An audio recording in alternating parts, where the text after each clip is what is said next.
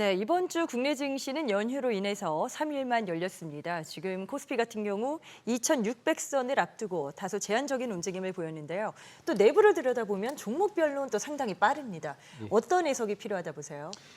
이제 증시가 사실 앞에서도 이제 우리 김호영 대표님이 말씀을 주셨듯이 증시가 미국 증시는 이제 지금 현재 보면은 어느 정도 바닥을 찍고 좀 올라가는 분위기지만 이제 국내 증시 같은 경우는 상당히 상승 분위기가 좀 제한적인 걸 그런 걸 볼 수 있습니다. 그래서 뉴욕 증시 같은 경우는 지금 관세 영향 때문에 이 달러 약세 효과가 이 10년물 국채 수익률을 계속적으로 좀 안정적으로 만들면서 또 스태그플레이션에 대한 우려감을 오히려 먹어버리는 그런 효과가 나타나면서 미국 증시가 계속적으로 강세의 모습을 좀 보여주고 있고요. 네네. 특히나 이제 파월 의장 같은 경우는 이제 금리 동결에 대한 강력한 이 매파 신호를 보였음에도 불구하고 우리가 상식적으로 생각한다면 증시가 한 번 정도는 충격파가 나오지 않을까라고 봤지만 금리 동결을 발표하고 매파적인 발언을 했지만 증시는 또 지금 올라가는 그런 모습을 보여주고 있거든요. 그렇지만 이제 국내 증시 같은 경우는 이제 환율에 대한 강세로서 외국인 매수의 유입 효과가 좀 나올 수 있겠지만 가장 중요한 건 이제 관세 협상에 대한 부분이 미국과 아직까지 이제 끝나지 않았다라는 불확실성이 남아 있는 상황이거든요. 이제 그러다 보니까 대형주들은 쉴 수밖에 없는 거고 대형주가 쉬는 상태에서는 결국에는 증시가 올라가는 데 좀 한계가 있다라고 좀 보시면 좋겠고요. 네. 이제 그런 상황에서 이제 신정부 추경 기대감과 또 유동성 그 공급에 대한 어떤 그런 모습들이 사실 나타나면서 하루에 상한가가 평균적으로 한 6개에서 10개 이상은 계속적으로 나타나고 있다라고 보시면 좋겠고 앞서서 일단은 사실 시장에 대한 질적인 모습이 그렇게 좋지는 않았지만 전일 같은 경우와 금일 같은 경우를 보면은 실적이 계속적으로 수반되고 있는 업종을 중심으로 순환매가 계속적으로 좀 이어지고 특히나 이제 외국인과 기관들의 순매수가 그동안 매도로 일관되어 있던 외국인과 기관들의 순매수가 나타나는 부분들은 분명히 이 시장에 대한 안정성과 함께 이 숲을 보기보다는 어떻게 보면은 나무를 보면서 이 종목 선정 초이스만 좀 잘하신다면 또 높은 수익들을 낼 수 있지 않을까 그렇게 보여지고 있습니다. 뭐 미국의 금리 이슈까지 앞서 두 분이 이제 말씀을 주셨는데 일단 당장 뭐 금리 인하를 시행한다던가 그럴 움직임은 없어 보이죠. 그런데 미국과 좀 저희가 방향성을 조금 더 우리만의 강점을 찾을 수 있는 치트키가 있을지가 궁금합니다. 뭐 대선이나 변수가 있긴 있거든요. 네, 그렇죠. 이제 국내 증시만의 이벤트는 이제 대선 이벤트가 있고요. 당장 이제 다음 주부터 이제 대선 국면이 이제 시작이 되고 그리고 정책들이 막 나오기 시작할 겁니다. 특히나 이제 국내 증시를 살리기 위한 여러 달콤한 정책들도 분명히 나오고 할 테니까요. 또 그거 관련돼서 또 수급이 계속 유입될 수 있으니까 그쪽 관련 이제 정책주들을 좀 관련 있게 관심 있게 보면은 좀 초과 수익률이 시장 대비해서는 나올 수 있지 않을까라고 생각을 하고 있습니다. 네. 그리고 현재 이제 우리 코스피의 또 밸류를 보게 되면 PBR이 지금 0.87배 수준인데요. 그래도 1배까지는 해볼 만하지 않을까 이렇게 좀 생각도 하고 있는데 단 이제 국내 증시 안에서 분명 주가 차별화가 이제 좀 심하게 나타나기 시작할 겁니다. 지수가 이제 지금처럼 올라올 때처럼 좀 탄력 있게 올라오지 못하고 지금 좀 정체가 됐잖아요. 그렇죠. 이렇게 되면 시장 내에서 분명히 차별화가 나타나는데 특히 우리가 지금 현재 소비 쪽은 별로 좋지가 못한 상황이지 않습니까? 그래서 국내 증시 안에서 이제 민간 소비 쪽보다는 인프라 투자나 아니면 전력 공급, 뭐 또 에너지 관련 앞으로 이제 정부 지출 중심의 섹터가 강하게 좀 움직일 가능성이 있다. 네. 특히나 이제 대선을 앞두고 있기 때문에 그런 부분들 관련해서 이제 정부 관련 사업들 특히나 이제 에너지나 전력 이쪽을 좀 관심 있게 보면 좀 초과 수익률이 달성이 가능하지 않을까라고 생각이 듭니다. 이번 주 코스피는 2,577선에서 마무리를 지었습니다. 자, 이제 2,600선. 뭐 눈앞에 고지를 돌파해야 될 텐데요. 강동현 대표님, 전제 조건이 필요할 겁니다. 어떤 부분들이 갖추어져야 조금 더 위쪽을 열어볼 수 있을까요? 네, 일단 상단이 2,600에서 한 2,650포인트 그 사이 정도 되는데요. 일단 이 범위를 초과해서 지수가 올라가려고 하면은 뭐 여러 가지 복합적인 요소가 있겠지만 일단 반도체 업종이 좀 개선돼야 되지 않을까 그렇게 생각합니다. 반도체요. 네, 일단 삼성전자하고 삼성전자 우선주 그리고 SK 하이닉스까지 포함한다라고 하면은 이 코스피 시총에서 한 23% 정도 나오거든요. 그러면 이 종목들의 반등이 나오려고 하면은 뭐 AI라든지 HBM 모멘텀이 다시 부각되어야 되고 그러기 위해서는 미국 기술주 중심으로 해서 좀 반등이 나와야 되는데 다행히 관세 이슈가 조금 하나둘 해소가 되면서 이 시장에 주는 영향이 조금씩 줄어들고 있다는 점은 좀 긍정적으로 볼 수 있지 않나 그렇게 보고 있고요. 네. 그리고 외국인 순매수가 일단 필요하겠죠. 이 최근 원화 강세 흐름이 나오면서 이 외국인 매도세가 일단 많이 줄어든 모습입니다. 4월 들어가지고 코스피 거래에서 외국인 매수가 단 이틀 있었거든요. 근데 이제 환율 흐름 부분이 많이 개선된다라고 하면은 그리고 5월 들어오면서 외국인에 대한 이런 매도세가 많이 줄어들었기 때문에 이 부분 또 5월 들어서 조금 2,600포인트 상단까지 좀 기대해 볼 수 있지 않을까 그렇게 생각하고 있고요. 네. 그리고 이제 뭐 마지막으로 뭐 금리 인하 시그널 이 부분은 좀 약간 시간이 필요하겠지만 이 부분 또 중장기적인 관점에서 좀 잘 주시해야 된다 생각됩니다. 외환시장 동향에 따른 수급 그 변화 가능성을 잠깐 언급을 주셨는데 저희가 외국인과 그런 환율 관계 좀 따져보도록 하겠습니다. 일단 지금 달러 대비 원화 환율이 1,300원대까지 떨어졌었다가 지금은 다시 1,400원대를 넘나드는 그런 형국이죠. 김호영 대표님, 아시아 가운데서 지금 대만 달러 급등 이슈가 있었어요.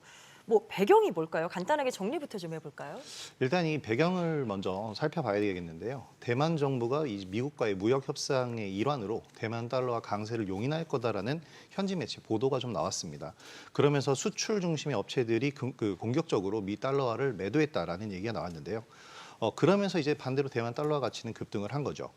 한마디로 얘기하면 관세 전쟁의 영향이라고 보셔야 되겠는데 네네. 특히 이제 대만 보험사들이 환 리스크를 피하기 위해서 이제 달러 자산이 굉장히 많았는데요. 이 달러 자산을 매각하고 대만 달러를 사들였기 때문에 이렇게 급등이 나왔습니다. 한마디로 얘기하면 긍정적인 요인이라기보다는요.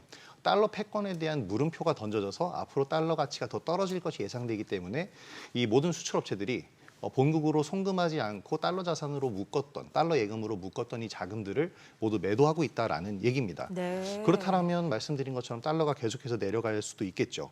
이게 지금 아시아 전반적으로 마찬가지인데요. 왜냐하면 미국의 교육국 중에 절반이 아시아 국가들이기 때문입니다.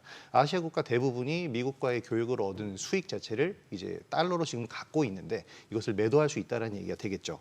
그런데 이렇게 된다면 환율은 급변동을 하게 될 거고요. 이 단기간 급등을 이렇게 하게 되면 미국은 이들을 주요 환율 주요 관찰 대상국으로 지정할 가능성이 커집니다. 네. 이렇게 되면은 관세 전쟁을 넘어서서 이제 환율 전쟁까지 벌어질 수 있다. 그래서 지금 환율이 떨어지고 있는 것이 좋은 게 아니고요. 떨어지고 올라가고 등락을 하면서 여기서도 변동성이 커질 수 있다는 점을 우리가 생각을 해봐야 되겠습니다. 그래서 지금 이것의 해답은 일단 트럼프 행정부가 지금 관세 협상을 벌이고 있는데 네. 이 관세에서 안정화를 찾아야 그 다음에 환율의 안정도 찾아올 것이라고 생각이 됩니다. 관세 그 이슈 때문에 거기서부터 촉발된 외환시장의 동향으로 해석을 한다 이렇게 보셨는데 백진수 대표님, 네. 외환시장 강세로 일단 뭐 아시아 통화 강세 그리고 뭐 우리 원화의 네. 강세 이렇게 간다면 그럼 외국인들이 좀 바뀔까요? 뭐 동향, 태도를 바꿀 네. 것으로 봐도 되는 거예요? 일단 저희 입장에서는 좀 긍정적이라고 저는 보고 있는데요. 네네. 일단 대만 달러가 좀 강하게 올라갔는데 그 대만 쪽은 또 너무 급격하게 환율이 급등이 나오면 좀 문제가 있을 수 있는데 우리 입장에서는 오히려 더 땡큐 상황이 된 오히려, 것 같아요. 네. 예, 왜냐하면 연휴 기간 동안에 그 일이 있었던 건데 연휴 기간 전에 저희가 환율이 이제 고점 1,480원까지 올라갔잖아요. 1,500원도 돌파한다 만다 이제 그런 이야기가 나오고 있었고 그리고 원화가 너무 약세 흐름으로 가다 보니까 외국인들이 국내 시장에서 계속 매도를 했었습니다. 네. 그런데 지금 1,400원까지 내려왔고 1,400원 깨지고 1,300원대로 진입하면 더 좋다고 저는 보는데요. 일단 외국인들 입장에서 보면은 이제 원화가 드디어 이제 저점을 찍었구나. 그러면 원화가 이제 강세 흐름으로 간다라는 확신이 생기게 되겠죠. 이렇게 되면 이제 원화를 외국인들도 사기 시작할 테고요. 원화를 사게 되면 그걸 그냥 들고 있는 게 아니라 이제 주식도 사고 그런 현상이 어떤 이 수급적으로 우리한테는 좀 긍정적인 흐름이 나올 수 있으니까요. 근데 뭐 일각에서는 또 그런 얘기도 하더라고요. 원화가 갑자기 급등이 나오면 수출주들 입장에서 안 좋은 거 아니냐라고 보는데 네. 오히려 금융시장 관점에서 보면은 원화 약세가 훨씬 더 이제 100번 나은 상황이 되기 때문에 이렇게 되면 실질적으로 최근에 이제 외국인들 계속 팔다가 요 며칠 동안에 계속 매수가 좀 들어오고 있거든요. 오. 그것도 이 부분과 무관치 않다라고 보여집니다. 그래서 외국인들이 들어오는 관점에서는 훨씬 좋다. 그리고 환율 쪽에 있어서 오히려 좀 이제 우리가 리스크 요인으로 볼 만한 거는 결국 이제 엔화의 움직임이다라고 보면 될 것 같아요. 원화는 오히려 이런 흐름으로 가는 게 좋다고 보여지고요. 이제 예를 들어서 이제 뭐 이번에 BOJ에서 동결을 했는데 그 다음에 인상을 한다거나 또는 뭔가 이제 달러가 너무 약세 흐름으로 가면서 엔화가 또 급등을 한다거나 이런 현상을 봐서 140엔이 깨지게 된다면 이제 엔캐리 트레이드 물량이 또 나올 수 있는 가능성이 있으니까 네네. 오히려 엔화 쪽을 좀 주의 깊게 보는 게 좋을 것 같다라는 생각이 듭니다. 외환 시장에서 체크 포인트 엔화를 한번 주시할 필요가 있어 보입니다. 원화 강세 관련주들이 이런 흐름 때문인지 주목을 좀 받고 있습니다. 강동현 대표님, 환율 동향에 따라서 지금 뭐 저희가 주목할 쪽은 어떤 섹터가 해당될까요? 일단 원화 강세가 나온다라고 하면요. 이번에 달러 급락이 나왔을 그 상황에서 가장 먼저 시장에서 반응했던 거는 항공업입니다. 항공. 네. 그리고 보통 특정 이슈가 있을 때 가장 먼저 반응한다라는 거는 그 상황에 맞는 대장 업종 그리고 대장주라고 볼 수가 있거든요. 그래서 뭐 관련 업종으로 본다라고 하면 항공뿐만 아니라 음식료라든지 뭐 여행 등도 있겠지만 일단 주가 반응이 가장 좋았던 부분이 아무래도 항공이기 때문에 이쪽을 좀 잘 봐야 된다 생각되고요. 그 수혜를 받는 이유는 그 유류비, 유류비하고 그리고 리스비 등에 대한 외환 결제 이런 비용이 낮아지고요. 그 원화 강세를 이용하게 되면은 이제 해외 여행 수요가 아무래도 증가할 수밖에 없겠죠. 그렇죠. 그러면은 네. 비행기를 또 많이 탈 거고요. 예. 그러면서 이제 이번 주 수요일에 가장 강했던 종목이 대한항공 그리고 에어부산이 좀 강한 모습이 나왔고요.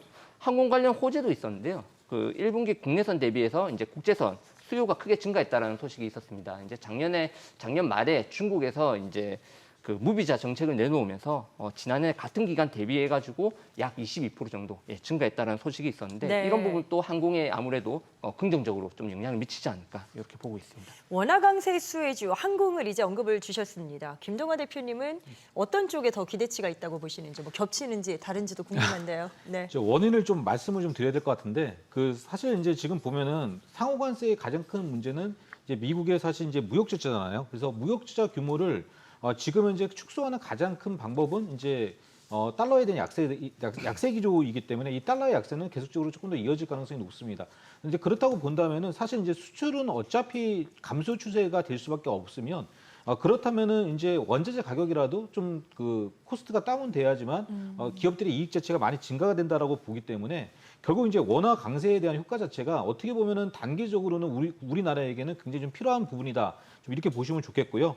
이제 앞서서 이제 항공주에 대해서 말씀을 주셨는데 저는 이제 한 두세 가지 업종에 대해서 말씀을 드리도록 하겠습니다. 어딜까요? 예, 이제 첫 번째는요. 화장품이라든가 이제 KBT 업종 자체를 좀 탑픽으로 보고 있는데 지금 현재 보면은 이제 화장품이라든가 KBT 같은 경우는 원료 자체를 대부분이 또 수입을 하고요. 또 이제 기술에 대한 로열티 지불을 많이 하게 되는데 또 이런 기업들이 이제 외화부채를 많이 가지고 있습니다. 그래서 외화부채가 많으면서 일단 원료를 많이 수입을 하고 또 이런 상태가 나타난다면 오히려 원화 강세 자체가 똑같은 그러니까 수출량이 똑같은 상태에서는 어떻게 보면은 또 긍정적인 효과가 있어서 영업이익에 대한 부분이 좋아지기 때문에 뭐 근래 이번 주 같은 경우도 또 이런 관련 종목군들이 계속적으로 이제 좋아지고 있다라고 보시면 좋겠고요. 네. 또 시청자분들 같은 경우는 지금 현재 보면은 이제 2차 전지나 반도체에 대해서 이제 피해가 되는 게 아니야라고 보는데 사실 이제 제가 SK 하이닉스에 대한 부분을 여러분 시청자분들에게 말씀을 드리면 같은 수출 물량에 의해서 SK 하이닉스 같은 경우는 삼성전자와 다르게 이 외화부채의 비중이 굉장히 크다는 걸 볼 수가 있습니다. 그래서 환율이 다소 내려가게 되면 영업이익에서 뭐 1,000억,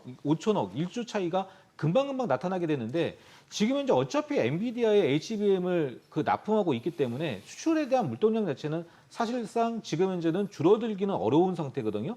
그런 상태에서 환율에 대한 부분들이 강세를 나타낸다면 이 외화부채에 대한 손실 부분이 많이 축소가 되기 때문에 오히려 영업이익 증가에는 굉장히 많은 도움이 될 수 있다고 가정을 해서 본다면 이번 주 같은 경우에 하이닉스가 저점 대비해서 한 10% 이상 올라갔고 또 특히나가 주목을 해서 봐야 되는 부분들은 그 환율이 1,400원 정도를 치고 올라가면서 원화 강세가 크게 나타났을 때 한 3.5% 정도가 주말을 통해서 연휴를 통해서 이제 많이 올라갔는데요. 네네. 그 상태에서 외국인들이 하이닉스 삼성전자를 집중적으로 매수를 가담을 했었다라는 부분들을 좀 주목을 해서 봐야 되는 게 아닌가 그렇게 보여주고 있습니다. 자, 원화 강세가 나타나면 외국인들이 더 적극적인 움직임을 취해주지 않을까 기대는 합니다만 사실 뭐 당장 눈에 띄는 부분은 아직까지다라는 생각이 듭니다. 금호영 대표님, 뭐 환율보다 더 중요한 이슈가 있기 때문이겠죠. 원화 강세가 뭐 정말 당연한 이유로 인해서 지속이 된다면 외국인 매수에는 공격적으로 유입이 될 겁니다.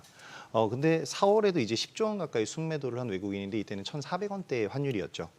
외국인의 매도 행진의 이런 원인은 뭐 달러가 약간 원화가 약세를 보였었기 때문이기도 하지만 이 네. 원화 약세의 가장 큰 이유가 바로 트럼프 행정부의 관세 정책 때문입니다. 네, 네. 관세 정책으로 인한 국내 기업들의 수익성 악화 그리고 관세 문제로 인한 이러한 이제 경기 침체의 우려감이 원인인데요. 외국인의 위험 자산 이제 선호 심리가 회복되려면 이러한 매도세의 원인인 관세 문제가 먼저 해소가 돼야 됩니다. 일례로 지금 현재 원화가 강세를 잠시 보였었던 이런 변동성들도 어떻게 보면 관세 전쟁으로 인해서 촉발된 이 달러 패권의 약화 가능성 때문에 변동성이 심화가 된 거였거든요. 그러니까 원화가 이제 경쟁력을 회복했다라기보다는 아직까지는 그런 것이 아니라 이제 변동성에 의한 움직임이기 때문에 외국인들이 1,300원대로 환율이 내려왔을 때는 분명 매수세가 들어오지만 다시 급반등이 1,400원대로 되면은 또 매도가 나가고 계속 이런 변동성이 아직 네네. 휘말려 있는 그런 때입니다. 그렇기 때문에 외국인 투자 심리를 회복시키기에는 좀 한계가 있다. 그러니까 좀 더 확실한 시그널이 필요하다라고 저는 생각이 되고요. 그렇지만 이제 관세 문제에 대한 협상이 지속되고 있다라는 것이 어떻게 보면 호재가 될 수 있겠고 알려진 만큼 문제는 해결이 될 것이고요. 특히 앞서 이제 김동완 대표님이 말씀해주신 대로 하이닉스에는 지금 외국인 수급이 꾸준하게 유입이 되고 있거든요. 특히 기술주에 꾸준히 매수가 유입되고 있는 만큼 국내 정세 그리고 글로벌 정세에 안정이 된다면 외국인 매수에는 그때부터 이제 본격적인 유입이 시작될 것으로 생각됩니다. 자, 이번엔 정책 관련 테마주 좀 이야기 나눠보도록 하겠습니다. 조기 대선을 앞두고 전국이 혼란스럽습니다. 거기에 관련된 여러 종목군들이 움직임을 계속 이어가고 있는데 뭐 대선이 시행되고 뭐 그런 결과들이 나올 때까지 이어질 수밖에 없는 흐름들이죠. 강동현 대표님께 좀 여쭤보도록 하겠습니다. 지금 뭐 적극적으로 가는 게 가능하다 보세요? 요즘 상황을 보면 또 어떤 의견이실지 궁금해요. 처음하고는 조금 차이가 나지 않나 생각됩니다. 이 처음이라는 게 그 조기 대선이 어느 정도 결정이 난 다음에 이제 주요 후보들의 정책이 하나둘씩 나왔거든요. 지금 초기 대선이 확정되고 나가지고 처음에 나왔던 뭐 AI라든지 아니면 뭐 웹툰 그리고 뭐 세종시 행정수도 이전이라든지 뭐 지역화폐 뭐 이런 정책들이 하나둘씩 나오면서 시장에서 부각을 받았는데 보시면은 처음에 굉장히 강한 흐름이 나오다가 지금은 좀 다소 한풀 꺾이는 모습이 나옵니다. 네네. 이게 정책이 잘 되고 못 되고 부분이 굉장히 중요한 게 아니라 지금은 여러 가지 정책이 너무 많이 나와 있다라는 거죠. 그리고 조금 있으면은 이제 그 후보들의 TV 토론이라든지 이런 것도 진행이 되게 될 텐데 그러면은 빠르게 그 업종이라든지 정책 부분에 대해 가지고 이제 계속 토론이 이루어지면서 수급이 왔다 갔다 할 거거든요. 그럼 좀 쉽게 말씀드리면은 처음에 그 정책 부분이 몇 개 없을 때 한쪽으로 10명의 투자자들이 한 종목만 매수하는 거하고 그리고 지금은 여러 정책이 나왔는데 3가지, 4가지 정책에 돈을 나눠 가지고 매수하는 거하고 이 매수 강도가 다를 수밖에 없습니다. 네네. 그렇기 때문에 시간이 지남으로 인해 가지고 분명히 차익 매물 때문에 이게 이제 전체적으로 고점을 좀 낮춰갈 가능성이 좀 크다라고 생각되고요. 정책주에 관심이 있으시다라고 하면은 지금 이제 대선까지 한 달 정도밖에 남지 않았는데 이 짧은 기간에 어떤 걸 결정해 가지고 매매를 하신다라기보다는 차기 정권이 출범한 이후 처음에 이제 아무래도 차기 정권이 가장 강하게 드라이브를 거는 정책 같은 경우는 초기에 말을 하게 되어 있거든요. 가장 먼저 얘기를 할 겁니다. 네네. 그러면 그 정책을 중심으로 해가지고 빠르게 새로 접근하는 게 더 리스크도 줄이고 더 괜찮아 보입니다. 자, 이번에는 지금 제약바이오 짧게 좀 이야기를 나눠볼까 합니다. 트럼프 대통령의 관세 이슈는 계속해서 진행되겠죠. 제약바이오 쪽은 지금 의약품을 겨냥해서 나온 발언이 있어서 보셔야 될 것 같은 게 2주 이내에 큰 발표가 있을 것이다. 업종 심리를 좀 위축시키고는 있어요. 네. 백진수 대표님께 여쭤보겠습니다. 제약바이오 쪽 대응을 뭐 경계심을 높여야 될까요? 네, 경계심을 일단 좀 높이고 봐야 되는 게 네네. 맞다라고 좀 보여지는데요. 일단 관세율은 뭐 시작하면 25% 이상에서 시작하잖아요. 그렇기 때문에 바이오도 일단 25% 이상에서 시작될 가능성이 커 보이고요. 당장에 타격을 받는 업체들이 있습니다. 가장 큰 피해는 이제 미국에 수출을 많이 하는 기업들이잖아요. 결국 CMO 업체들인데 대규모로 뭐 매출을 많이 일으키는 게 이제 삼성바이오로직스 그리고 뭐 셀트리온, 에스티팜 이 업체들이 사정권에 들어갈 수 있겠고요. 그리고 지난번에 이제 바이오 쪽 이야기하면서 근데 뭐 라이센스 아웃이라던가 아니면 임상 결과 좋게 나온다거나 뭐 이런 종목들 위주로만 좀 봐라 이렇게 말씀을 좀 드렸었는데 네네. 이 신약 개발 업체들 같은 경우에 당장 관세랑은 무관합니다. 근데 이들도 약간 이제 좀 조심해야 되겠다 싶은 생각이 드는 게 일단 미국 내 신약 개발 업체들이 막 주가 잘 가다가 한 방에 그동안 올랐던 거를 급락을 시켜버리는 이런 흐름들이 최근에 종종 나타나고 있거든요. 변동성이 좀 예. 높아졌네요. 예. 많이 높아졌습니다. 미국에 이제 서밋 세라피틱스라는 업체, 그다음에 버텍스 파마슈티커스라는 업체들이 있는데 이 업체들이 실적이 살짝 미스가 나오니까 급락이 나와버리고요. 그다음에 임상에서 뭐 노이즈가 살짝 나오니까 또 급락이 나와버리고 그리고 또 대형주도 있죠. 머크나 릴리, 길리어드 사이언스 이 종목들도 최근에 주가가 계속 좀 밑으로 떨어지고 있는 모습이 나타나고 있기 때문에 네. 국내에서도 이제 알테오젠이나 펩트론 그동안 잘 갔던 종목들이 있거든요. 이 종목들도 이제 한번 좀 수익 실현도 좀 일부 하면서 좀 보면 좋지 않을까라는 생각이 좀 네네. 듭니다. 네. 차익 실현이 필요할 수 있다는 점을 또 그런 의견을 주셨네요. 다음 주도 이제 5월 중반으로 벌써 접어듭니다. 지금 미국과 중국의 무역 협상 진전이라던가 뭐 조기 대선 관련된 변수가 여전합니다. 김동관 대표님, 뭐 시간 관계상 역시 또 짧게 들어봐야 될 것 예, 같은데 다음 주에 체크 포인트와 전망은 어떻게 잡는 게 좋을까요? 세 가지로 볼 수가 있는데요. 이제 첫 번째는 조기 대선에 따른 변동성을 좀 체크를 하셔야 될 것 같고요. 두 번째는 이제 환율 강세에 따라서 외국인 자금에 대한 유입탈 현황을 좀 한번 체크를 해보셔야 될 것 같고요. 그리고 세 번째는 이제 이 미국 트럼프 정부의 이 관세 협약 체크 정도를 좀 확인해 보셔야 되는데 이제 조기 대선과 관련되어 있는 변동성은요. 이제 한마디로 말씀드려서 지금 현재 국민들이 가장 원하는 건 경제 살리기입니다. 그러니까 경제 살리기에서 두 가지를 딱 본다면은 수출을 많이 하거나 내수를 많이 살려야 되는데 내수를 많이 살리기 위해서는 지금으로서는 이 해외에서 유입되는 관광객을 많이 늘리고 두 번째는 주가를 많이 부양시켜 가지고 결국에는 이제 뭐 씀씀이가 많이 커진다면은 내수는 바로 살아나게 되는데 네. 그렇기 때문에 유동성은 다음 주에도 계속적으로 유입된다라고 보시면 좋겠고 그리고 환율 강세 분위기들은 이 변동성 스프레드를 봐야 되는데 일단은 1,500원까지 올라갔다가 스프레드가 갑작스럽게 1,400원까지 내려왔기 때문에 여기서는 아까도 그 김호영 대표가 말씀을 주셨듯이 지금 방향성을 좀 확인해야 되거든요. 그래서 다음 주까지 만약에 환율이 1,400원을 깨고 내려갔을 때 어떻게 전략을 짤 것인가 아니면 1,400원을 치고 올라갔을 때 우리 시청자분들이 어떤 업종이나 어떤 종목을 가지고 또 매매를 할까 이제 그런 부분을 봐야 될 것 같고요. 그리고 관세에 대한 부분들은요. 제가 이제 어저께 같은 경우도 보면은 뭐 지금 영국이랑 관세를 협약을 안 한다 하다가 결국 이제 보니까 자동차 관련해서 10만 대 같은 경우에 이제 넘어서면은 관세를 안 받고 이제 10만 대가 되지 않으면 이제 기본 관세를 받고 해서 관세를 굉장히 지금 현재 보면 좋게 만들어주고 있거든요. 그러면서 이번 주 주말에 이제 스위스에서 그 중국과 미국이 이제 협상을 하게 되는데 지금 현재 보면은 현지 분위기는 굉장히 괜찮게 잘 될 것이다. 이제 그렇게 얘기가 나와서 사실 그 기대감에 의해서 전일 같은 경우도 이제 금일 같은 경우도 이 나스닥이나 다우지수의 모습들이 굉장히 괜찮거든요. 그래서 이런 모습들이 다음 주까지 계속적으로 이어나가는데 사실상 이제 국내 증시 같은 경우는 앞서서 말씀드렸지만은 이 변동성 자체가 나타나면서 증시가 상승 방향으로 강하게 나오기는 좀 어렵다고 봅니다. 그래서 네. 국내 대표 기업보다는 가급적이면 실적이 수반되고 있는 외국인 기관의 이 매수 선호 종목군들을 조금 한번 체크 포인트를 가져가시고요. 그다음에 스몰캡 중에서 지금 잘 올라가는 종목군들이 굉장히 많이 있습니다. 그래서 파이브스타와 함께 한번 집중적으로 관심 있게 보시기 바랍니다. 알겠습니다. 자, 네 분의 투자 전략 참고해 주시면 되겠습니다. 모든 투자의 최종 판단과 책임은 투자자 본인에게 있습니다. 항상 자신의 원칙에 맞추어서 성공적인 투자하시길 바랍니다. 그리고 주식에 대한 유익한 정보는 카카오 채널 필살기에서도 다양하게 만나보실 수 있다는 점 함께 알려드립니다.